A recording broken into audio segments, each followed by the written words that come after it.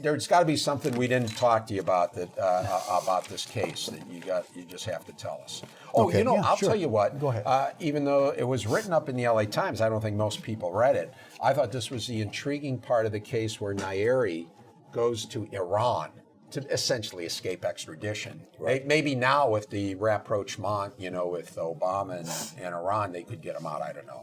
But anyway, you can have him. Yeah. But anyway, what's interesting, maybe Mexico's a better place to go. But anyways, he certainly closer. So they, Hang out with Affluenza guy. he goes to Iran, and it struck me as kind of odd. And what is this? He goes to Iran, and then they catch him in Czechoslovakia. How does he get to Czechoslovakia? Why are they waiting for him? So explain that whole story, because you know the story. Okay, he has 2 women.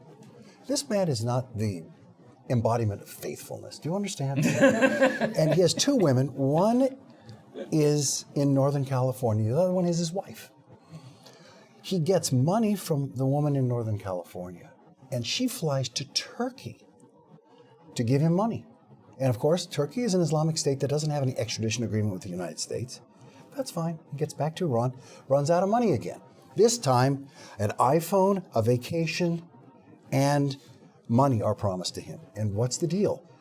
This is where his wife, who is cooperating with authorities, is essentially purchasing her pass by luring him out of Iran. Purchasing her pass, meaning that she's going to Not be prosecuted. Right, she won't be prosecuted because she's worked with the authorities. And it works. They get him in the Czech Republic. Interpol intercedes. So she calls him saying, come meet me in Spain, right? Yes, Yeah. it was in Spain. This was just a layover, as I'm given to All right, understand. so he's going to Czechoslovakia. He thinks he's in a layover. Next thing he knows, a bunch of Slavic policemen are on his arm.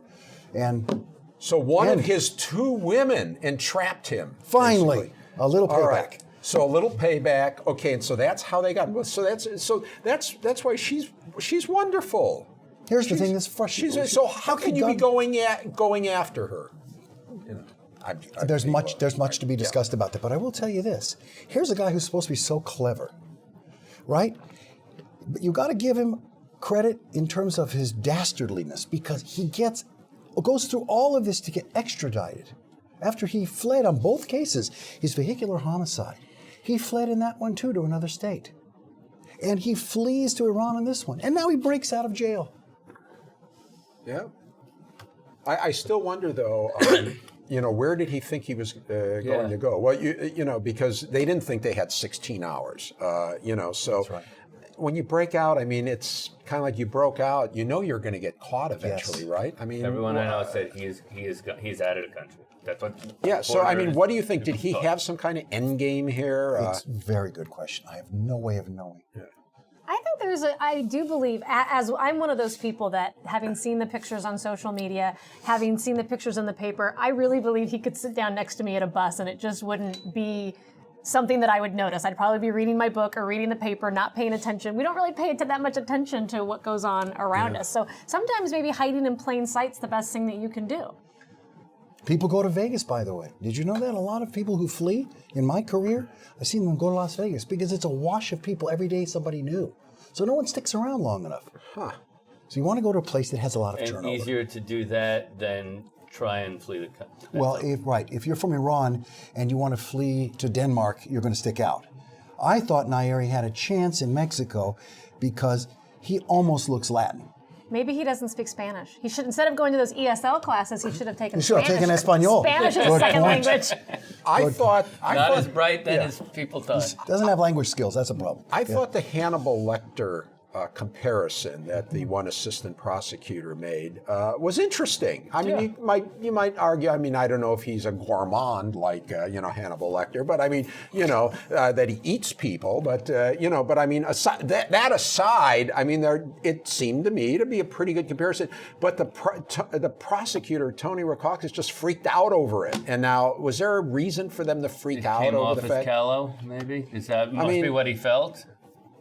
What I can say about that, In other words, is- they tried to walk it back. They tried to walk back the statement, and once it's out there, it's out there. But I mean, what Go ahead, Ashleigh. What I was just going to say, I mean, I think that one reason it might have been effective for her to do that is when you say this person that has been released is like Hannibal Lecter, people are going to definitely sit up and pay a lot more attention than if we had heard over the news that 3 car thieves had escaped from the Orange County Jail. Yeah, so I'm You'd be just like, curious well, as to okay, why I'll wouldn't lock the my car tonight. prosecutor own it? Why would the prosecutor want to say, I mean, it doesn't jeopardize their case or something, does it? Well, they don't maybe they don't want any more attention brought to that office. Listen, my own take is this. First of all, knowing that prosecutor, Heather Brown, her first concern when we talked at 2:30 in the morning, the night of the discovery of the escape, her first concern was, she said, I'm getting in the car and I'm driving to the Santa Ana office to get my notebooks so I can call Nairi's wife and tell her that she needs to go into predictive custody. Because they were afraid for her safety. And I told her, you're not getting in the car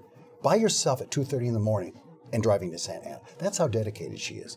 But my understanding of the mentality upon reading that headline, and I'm not even going to attest that that's what she said, but even if she had said it, there's a tendency for law enforcement to close ranks. And the prosecutors and police agencies work together. So it's not totally shocking. But I mean, anything that's said negative about her should be offset with an understanding of what kind of a career she's had. Well, that's why I'm just saying I don't know what was wrong about what she said. That's my point. And I mean, why? Maybe you can explain legally why would the prosecutor be concerned that one of his people made a comment like that? Does it? If you're a defense attorney, can you take advantage of that? I can't use it. You can't use it. It's an expression of opinion and a very interesting metaphor. I mean, in my opinion, that's pretty colorful. Yeah. No surprise it ended up as a headline. Now, I do have a question. Why did they call? Why did she call you at?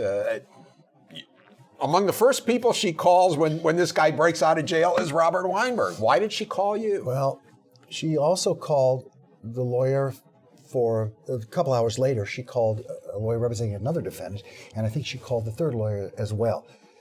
I think she was in a panic state. And I thought at 2:30 in the morning, she was thinking, who do I share this with? She was terrified. Newport Beach rolled a police unit to her home to guard her. She was scared. Rolled it to the her own home. to her home because she's prosecuting. Yes, so they're concerned about the prosecutor. They're concerned about the wife, yes. about the guy's wife. Absolutely.